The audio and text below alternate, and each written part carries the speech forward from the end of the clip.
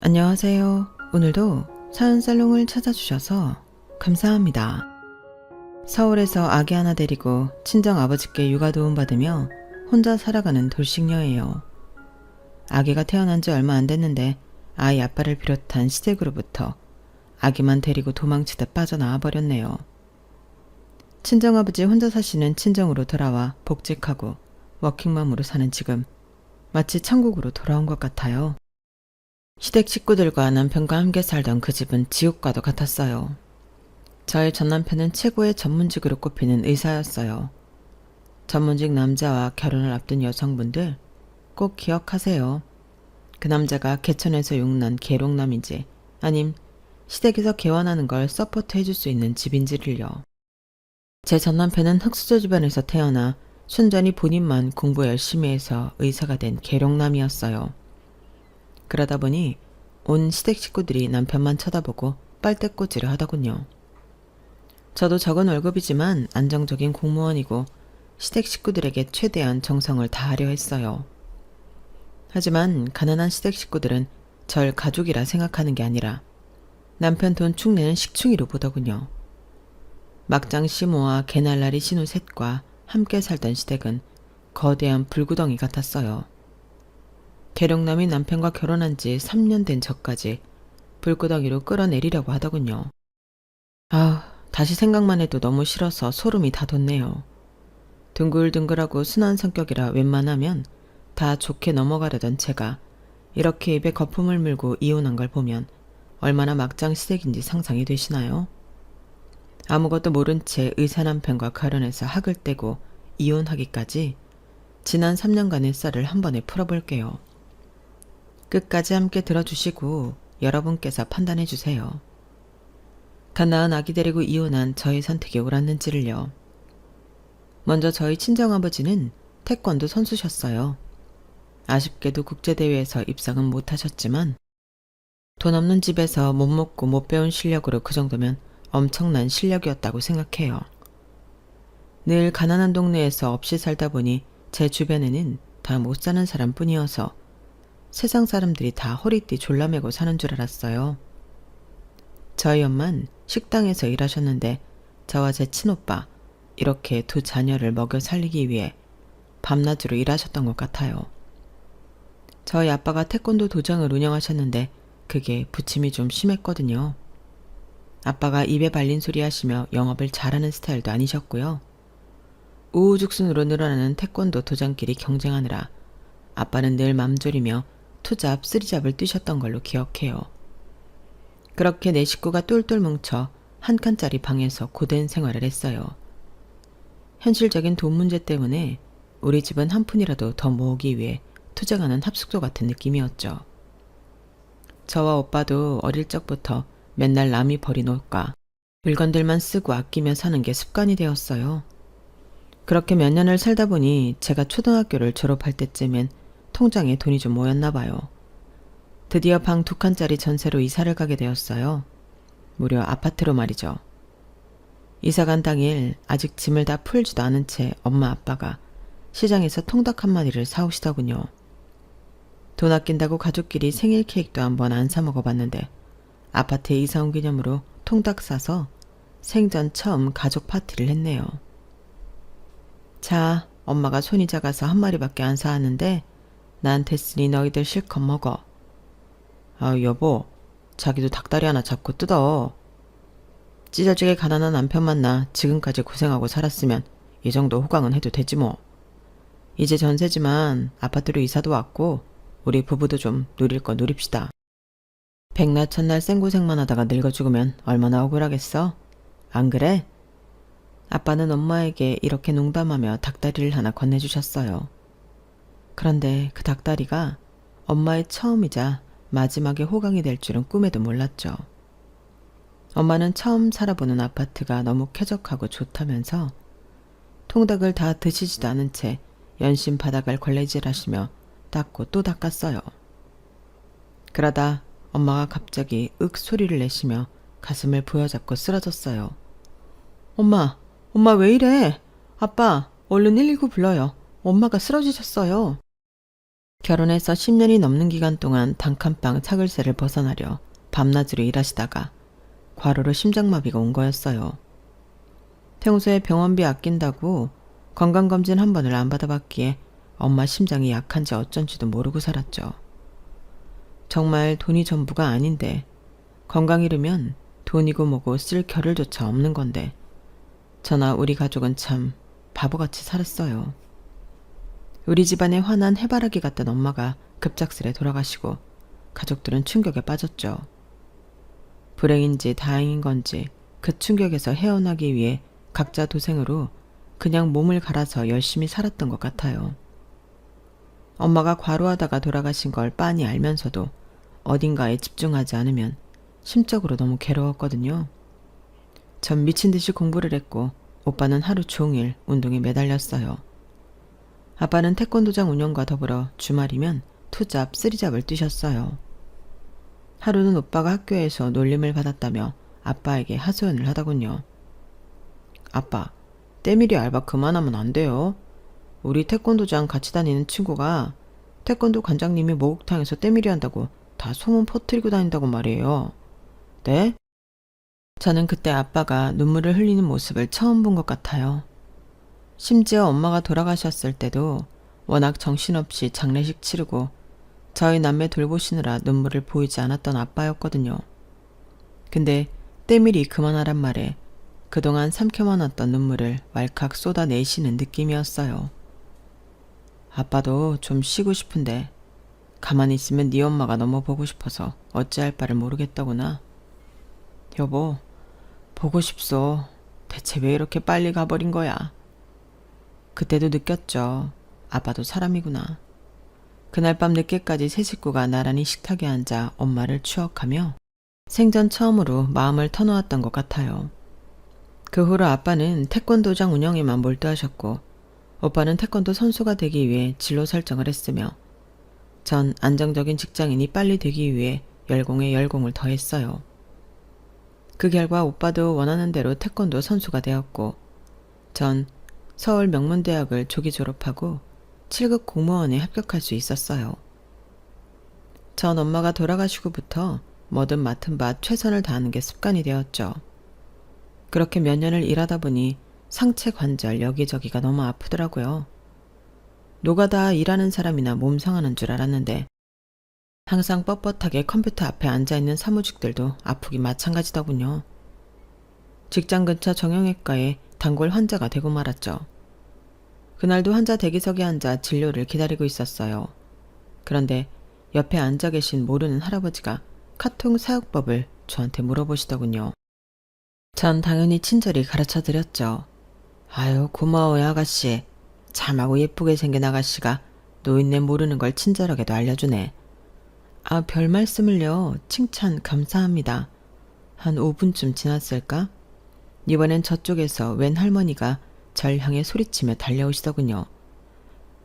딸아, 내 딸아, 오랜만이다. 웬 모르는 할머니가 제게 딸이라고 하며 와서는 와락 부둥켜 앉더군요. 전 너무 놀랐어요. 심지어 그 할머니는 몸에서 악취가 심했어요. 이게 어찌된 일인가 어리둥절하며 그 할머니와 껴안고 있었는데 안에서 진료를 보던 정형외과 의사와 간호사들이 나와서 할머니를 제게서 떼어내시더군요. 아이쿠, 제가 다 죄송합니다. 치매 걸린 할머니 환자분이신데 따님으로 착각했나 봐요. 현재 딸하고 연락이 안 되신다고 하네요. 가족으로부터 버림받아서 충격이 큰가 봅니다.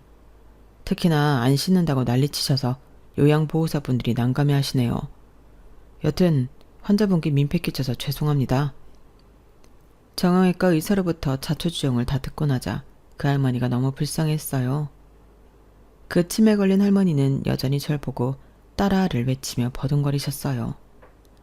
전 괜시리 돌아가신 엄마가 생각나서 그 할머니한테 다가가 다시 한번 말없이 안아드렸어요. 가족한테 버림받았다니 제 마음이 너무 아팠거든요. 그렇게 상황이 일단락되고 저도 정형외과 진료를 보고는 일을 마치고 퇴근해서 집에 돌아왔죠. 갑자기 모르는 핸드폰 번호로 전화가 오더군요. 누구시죠? 저 아까 그 정형외과 의사입니다. 치매 걸린 할머니로 인해 대화 나누었던.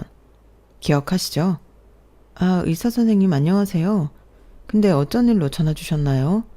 혹시 제가 진료비를 일부 계산 안 한 게 있나요? 아, 아닙니다. 그냥 너무 인상 깊어서 연락드렸습니다. 실례를 무릅쓰고 진료 기록 보고 연락처 알아내서 전화해 본 거예요. 전화 받아주셔서 고맙습니다. 실은 전부터 인상 깊게 봤어요. 미리 말씀드리면 전 아직 총각이고요. 불순한 의도로 보미 씨를 지켜봐왔던 건 아닙니다. 사적인 감정으로 지켜봐왔지만 총각이 아가씨 좋아하는 게 불순한 건 아니겠죠? 아, 근데 보미 씨 아직 결혼 안 하신 분 맞죠? 그의 속사포 렉 같은 고백이 당최 이해가 안 가더군요. 하지만 시종일관 웃으며 얘기하는 그의 목소리가 즐겁게 들렸어요. 저도 덩달아 기분이 좋아지더군요. 진료도 꼼꼼하고 친절하게 잘 봐주셔서 선생님이 환자가 제일 많던데 사적으로 대화 나눠도 참 소탈하시네요. 성격이 좋으신 것 같아요. 아, 좋게 봐주셔서 감사합니다. 가끔 저희 병원 내 다른 의사한테 진료받으시던데 그럴 때면 질투가 나더라고요. 여튼 계속 신경이 쓰였습니다. 오늘 낮 사건도 있고 겸사겸사 이대로 지나가선 후회하겠다 싶어 연락드렸습니다. 제 고백을 받아주세요. 성격이 급하시네요. 저희 아직 사적으로 만나지도 않았는데 제가 이상한 여자면 어쩌려고 그러세요? 그럼 알아갈 기회를 주세요. 당장 내일 퇴근하고 저녁 식사 같이 하죠. 어떠세요? 그렇게 그 정형외과 의사와 저는 바로 다음날 만나서 밤 12시까지 호프집에서 재미나게 얘기하다 헤어졌네요. 그 호프집에 들어갈 땐 서로 꽤나 어색했지만 나올 땐 손잡고 나왔어요. 그만큼 첫 만남에 대화가 아주 잘 되었고 웃음이 끊이지 않았죠. 공통적인 관심사도 많았고요.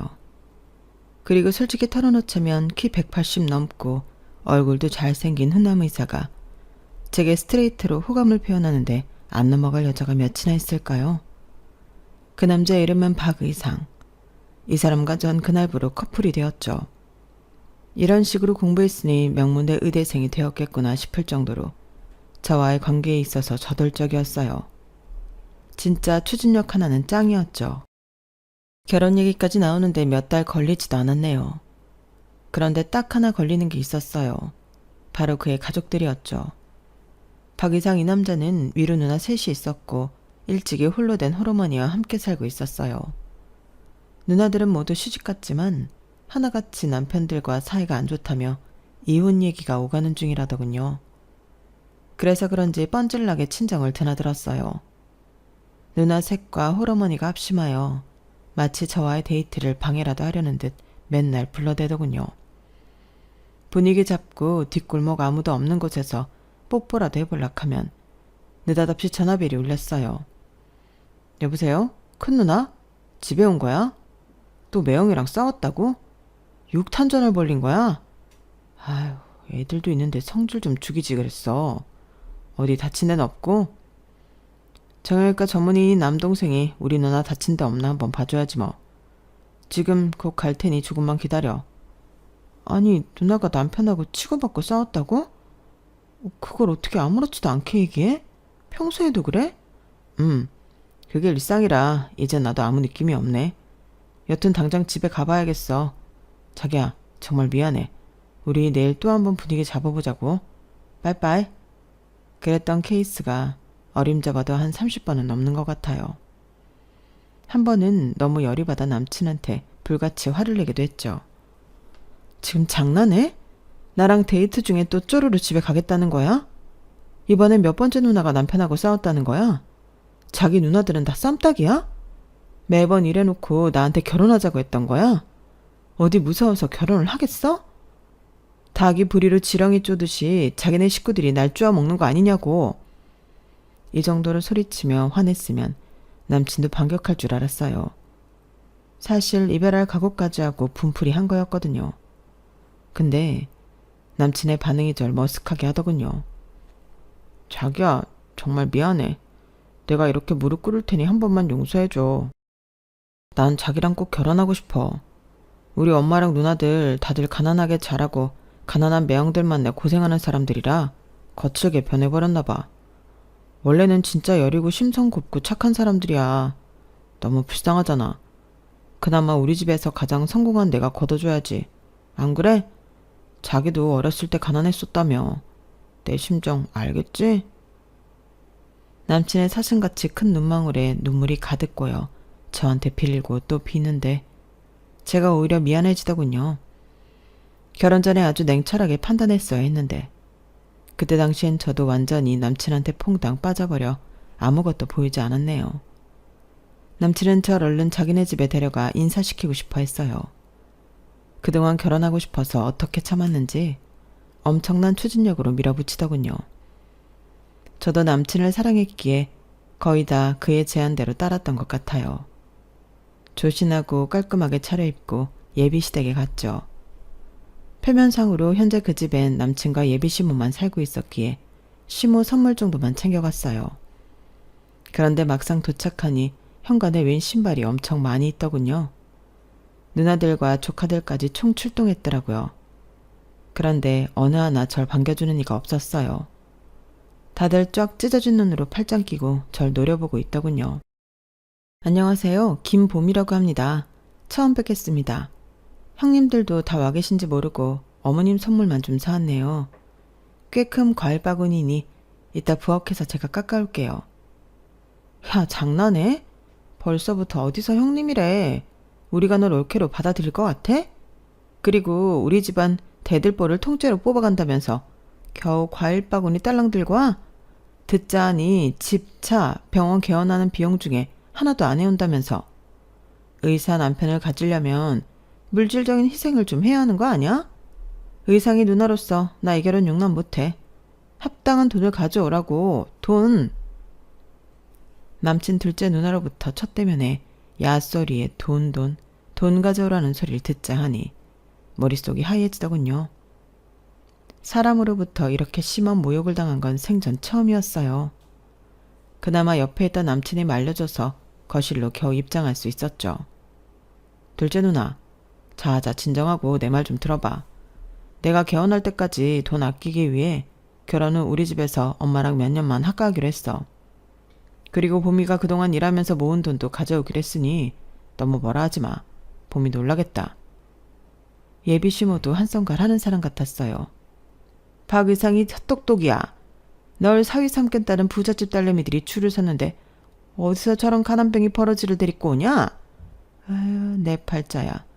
네가 정형외과 개원하려면 당장 몇 억이 필요한데 며느리 덕 좀 보려고 했건만 진짜 천년이랑 결혼할 거냐? 이대로 있다간 정말 안 되겠더군요. 예비 시댁 식구들의 기가 보통이 아니었어요. 저도 결혼 파토낼 각오하고 할 말은 해야 할 것 같았죠. 아니 어머님, 가난뱅이 버러지라뇨. 저희 아버지와 오빠는 태권도 도장 잘 운영하고 계시고 저도 7급 공무원으로서 정년 보장되고 평생 연금 받을 수 있는 안정적인 직장 가졌는데 이 정도가 버러지 소리 들을 수준인가요? 말씀이 너무 심하시네요. 초면에 제가 이 집안 식구들한테 이토록 조림돌림 당할 만큼 만만해 보이세요? 이 결혼은 없던 걸로 하겠습니다. 부잣집 며느리 얻어서 기생충처럼 다들 들러붙어 사시든지 마음대로 하세요. 눈물이 나오는 걸 꾹꾹 참고 자리를 박차고 뛰쳐나왔어요.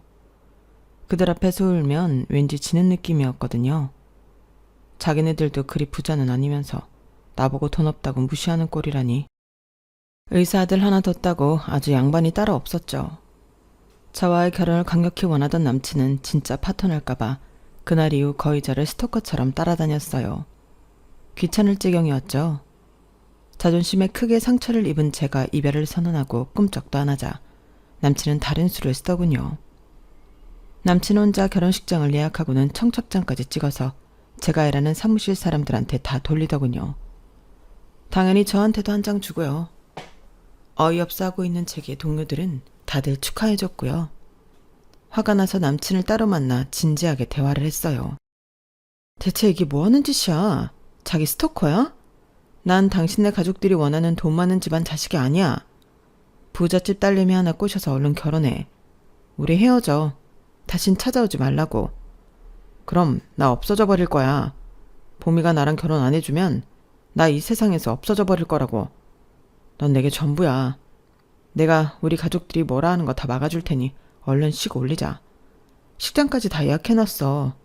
아니, 우리 혼인신고부터 빨리 해치워버리자. 자기랑 법적으로 얼른 부부가 되고 싶어. 내가 이미 봄이 아버님이랑 오빠도 만나서 얘기 끝냈어. 우리 결혼 허락 받아냈다고. 우리 가족들은 나한테 맡겨. 다들 내 말이면 껌뻑 죽는 사람들이니 상견례금 보고 식장에서 보면 되지 뭐. 집으로 가니 아빠와 오빠가 제 결혼을 진심으로 축하해 주시더군요. 제 속도 모르고 말이죠. 우리 딸 결혼한다고? 남자친구 얘기를 아빠한테 한 번도 안 하더니 이미 청첩장까지 만들었더구나. 키도 크고 얼굴도 잘생기고 명문대 의대 출신의 정형외과 의사라니 아빠가 반대할 이유가 없지. 신혼집은 지금 시댁에서 잠깐 합가한다며? 아빠가 지금까지 모아놓은 돈 중에서 최대한 보태줄 테니 현금으로라도 갖고 가도록 해라. 평소엔 무뚝뚝하시던 아빠가 환한 미소로 제게 축하해 주시는 모습을 보고는 전 아무 말도 할 수 없었어요. 그리고 무엇보다 이렇게까지 저와의 결혼을 원하는 남친의 집착이 저에 대한 찐 사랑이라고 생각했어요. 시댁 식구들의 공격을 모두 막아준다는 남친의 말도 진짜라고 여겼죠. 그때 단호하게 남친과의 인연을 끊었어야 했는데 지금 생각하면 참으로 후회되는 지점이네요.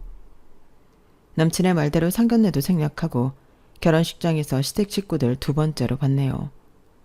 그런데 신부 대기실에서 신부 입장하기 전에 또 작은 소동이 벌어졌어요.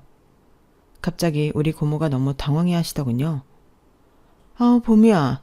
내 보석들이 든 가방이 통째로 없어졌어. 당장 경찰이라도 불러야겠어. 고모가 예전부터 하던 루비 반지랑 다이아랑 진주 목걸이 등등. 너 알지? 그거 다 합치면 1,000만 원도 넘는데 이를 어쩌니? 저희 친정과는 다르게 고모는 부잣집에 시집가서 주얼리도 다 진짜 보석들로만 착용하던 분이었어요. 그런 보석들을 통째로 잃어버렸다니 큰일이었죠. 제 결혼식에서 발생한 일이었기에 신부 입장 전 얼른 수습해야겠다 싶어 경찰을 불렀어요. 바로 CCTV까지 확인했지만 CCTV 사각지대에서 벌어진 일이라 경찰도 절도범을 찾지 못했죠. 너무 안타깝고 고모한테 제가 다 죄송했지만 그 사건은 그렇게 넘어가고 말았어요. 남편의 병원 일이 너무 바쁜 시즌이었기에 신혼여행은 가까운 일본으로 잠시 다녀왔어요.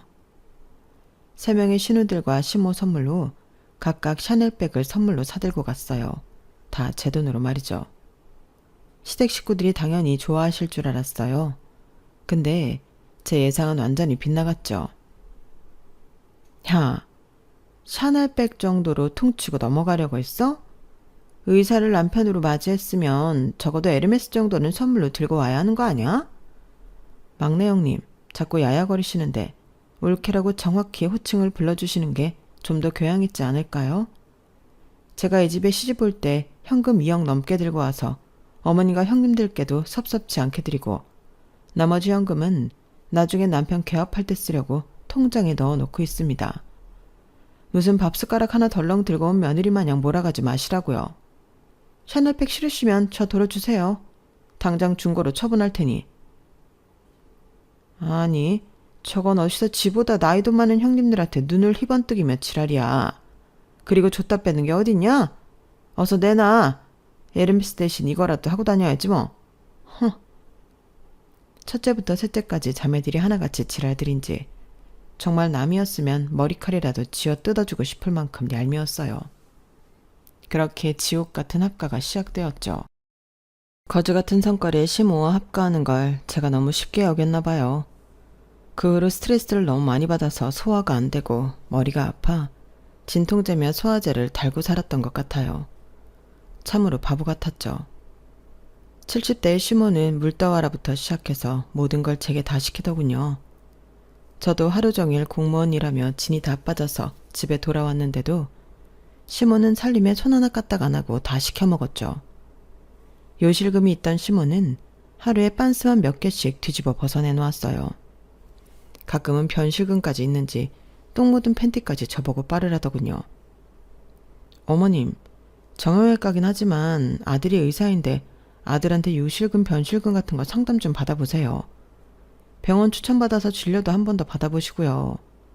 맨날 오줌 똥 묻은 팬티를 다 저보고 빨래하라고 하시면 며느리 보기 창피하지도 않으세요? 야 이년아, 진짜 보자보자하니 어른한테 못하는 말이 없구나. 넌 뭐 안 늙을 것 같냐? 평생 젊을 것 같냐고. 너도 나중에 똥오줌 지리는 날이 올 거야. 잔말 말고 빨아. 손빨래 팍팍 해서 얼룩 다 치우란 말이야. 지금 어머님 나이 들었다고 뭐라고 하는 거예요?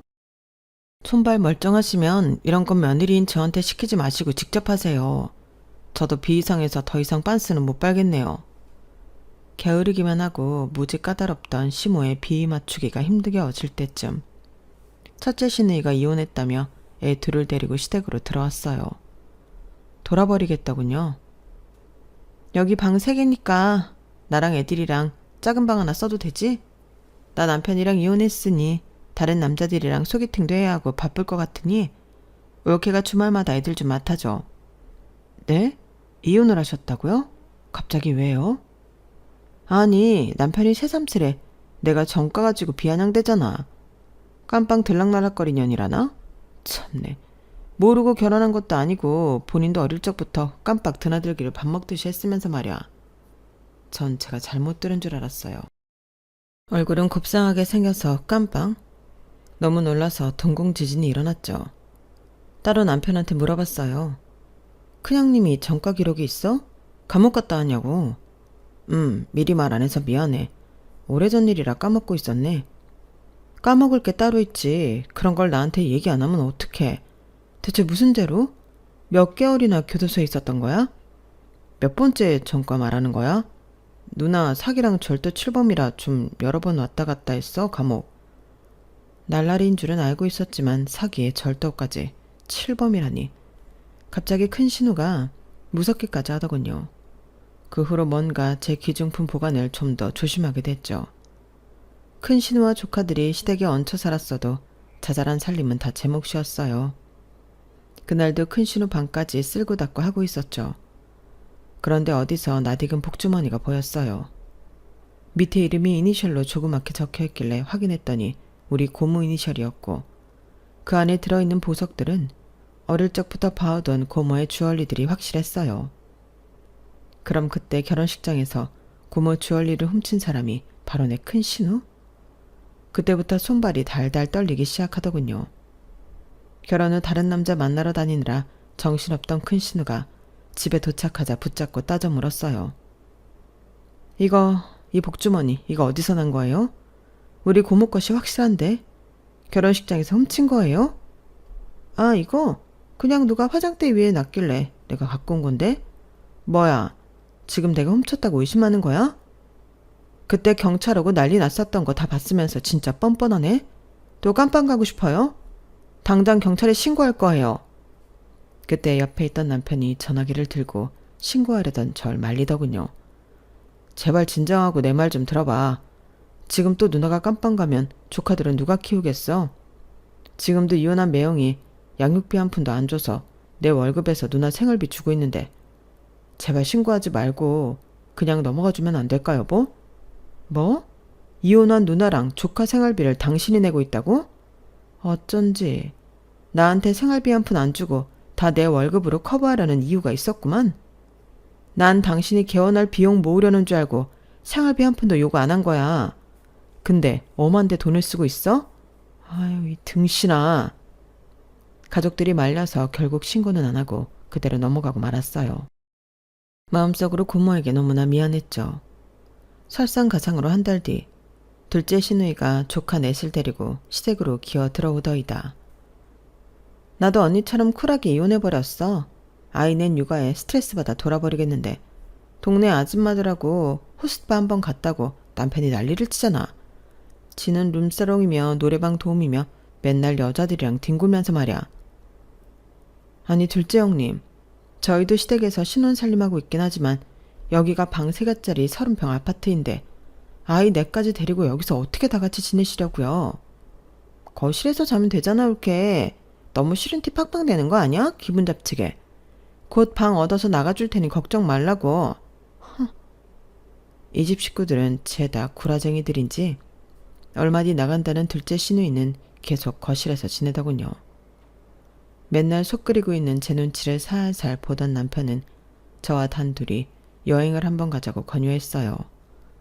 가까운 제주도로 다녀왔는데 여행 내내 머릿속엔 시댁에서 탈출하고 싶다란 생각뿐이었죠. 여행에서 돌아와서 얼마 지나지 않아 남편에게 분가를 제안했어요. 나 이대로는 못 살아.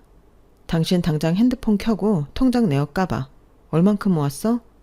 내가 모은 거랑 합쳐서 우리 원룸이라도 얻어서 나가자. 그런데 제 두 눈으로 확인한 남편의 통장 내역은 처참하더군요. 남편은 페이닥터 치고는 비교적 많은 월급인 세후 1,800만 원을 받고 있었어요. 그런데 현재 통장 잔액은 300만 원이 전부이더군요. 이게 다 뭐야? 지금 당신 재산이 300이 전부야? 어서 내역서 다 보여줘, 어서.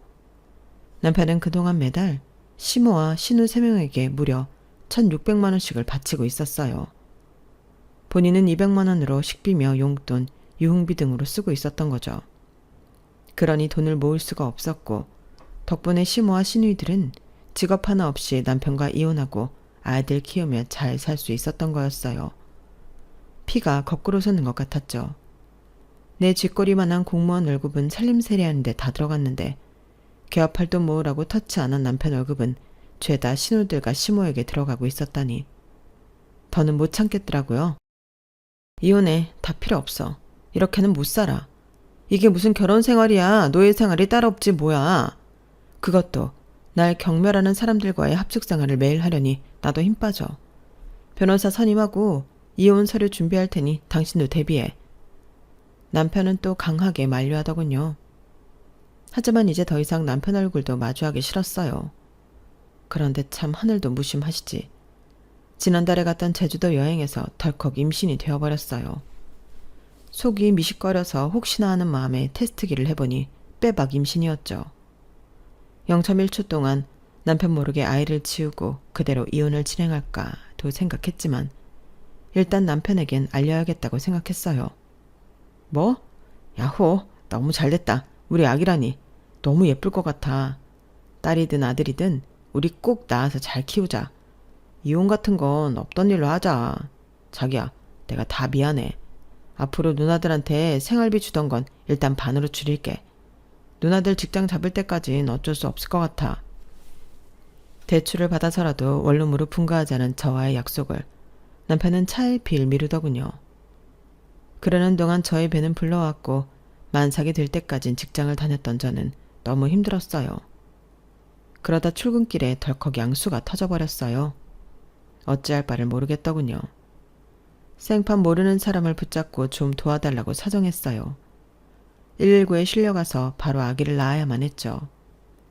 제왕절개로 아이를 낳았는데 전 아주 늦게 태어났다고 해요. 수술 도중 죽다 살아났다고 하더군요. 어쩐지 자궁뿐만이 아니라 몸 전체가 부서질 듯 너무 아팠고 왠지 모르겠지만 목소리도 다 쉬어서 아예 안 나왔어요. 친정 아버지께서도 마냥 제 곁에 잊을 수가 없었고 남편도 페이닥터이니 입원하는 내내 있어줄 수가 없었어요. 친정 엄마라도 살아계셨다면 이렇게 힘들 때 내 옆에 있어주셨을 텐데 너무너무 서러웠어요. 나오지도 않던 목소리로 병원 침대 난간을 붙잡고 한참을 울었네요. 하도 우니까 간호사가 옆에서 다독여주더군요. 시누이들은 당연히 코빼기도 안 비쳤고 시무만 잠깐 왔다 갔어요. 몸과 마음이 약해질 대로 약해진 저의 맘에 비수만 잔뜩 꽂아놓고 갔죠. 야, 너만 애 낳은 거 아니다? 이 세상에 애엄마들이 얼마나 많냐? 그렇게 침대에 누워서 편히 보내니 좋지. 얼른 일어나. 집 와서 살림해야지. 우리 집에 사람만 10명이 넘는데 네가 없으니 돼지우리가 따로 없구나. 아참, 이 말하려고 왔는데 깜빡할 뻔했구나. 너 요즘 여자들이 가는 산후조리원 갈 생각은 추워도 하지 말아라. 2주 있는데 몇백만 원이나 돈 쓸 생각하지 말라고. 집 와서 살림하며 움직이면 그게 다 운동이 돼서 산모한테 더 좋단다. 너무 열받은 저는 악마 같은 시모한테 울부짖으며 소리쳤어요. 지금 그따위 말짓거리로 여기 왔어요? 어머님 사람 맞아요? 완전히 사이코 아니에요? 지금 어머님 손자 출산하다가 죽다 살아난 며느리한테 그게 할 소리예요? 내 돈으로 산후조리원 갔다 올 테니 상관하지 마세요. 입원실에서 당장 나가세요. 당장! 내 선택은 완전히 잘못된 거였어요. 애초에 하면 안 되는 결혼이었죠. 단순히 돈만 없는 시댁이 아닌 상식과 예절이 아예 없는 시댁 식구들이었죠. 제 기준으로는 사람처럼 안 보였어요. 그저 악마들, 의사 아들한테 돈 빼가는 개 버러지들로만 보였어요. 오히려 아기를 낳고 엄마가 되고 보니 저 혼자 키워도 충분하겠다는 생각이 들더군요. 어차피 남편에게도 정내미가 다 떨어졌거든요. 그 정점이 되는 사건이 얼마 후 발생했어요. 육아휴직을 하고는 집에서 갓난아기를 보고 있는데 남편으로부터 전화가 한 통 걸려왔어요. 여보, 셋째 누나가 이혼하고 기분 풀러 콘서트장 갔다가 애를 낳았대. 지금 당장 병원으로 좀 가줘야겠어. 아기는 우리 엄마한테 맡기고 말이야. 뭐? 셋째 형님이 애를 낳았다고? 이혼은 또 언제 했대? 거기 남편은 뭐하고 내가 병원을 가? 누나가 말하길 애 아빠가 누군지 몰라서 전 남편을 못 부른다네.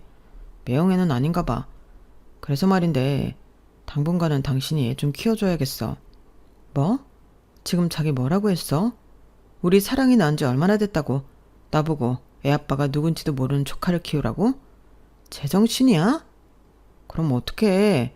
셋째 누나가 취업해서 직장에 다녀야 한다는데 산후조리도 제대로 못한 채 돈 벌러 직장 나가는 우리 누나가 불쌍하지도 않아 자기는? 순간 결심했어요.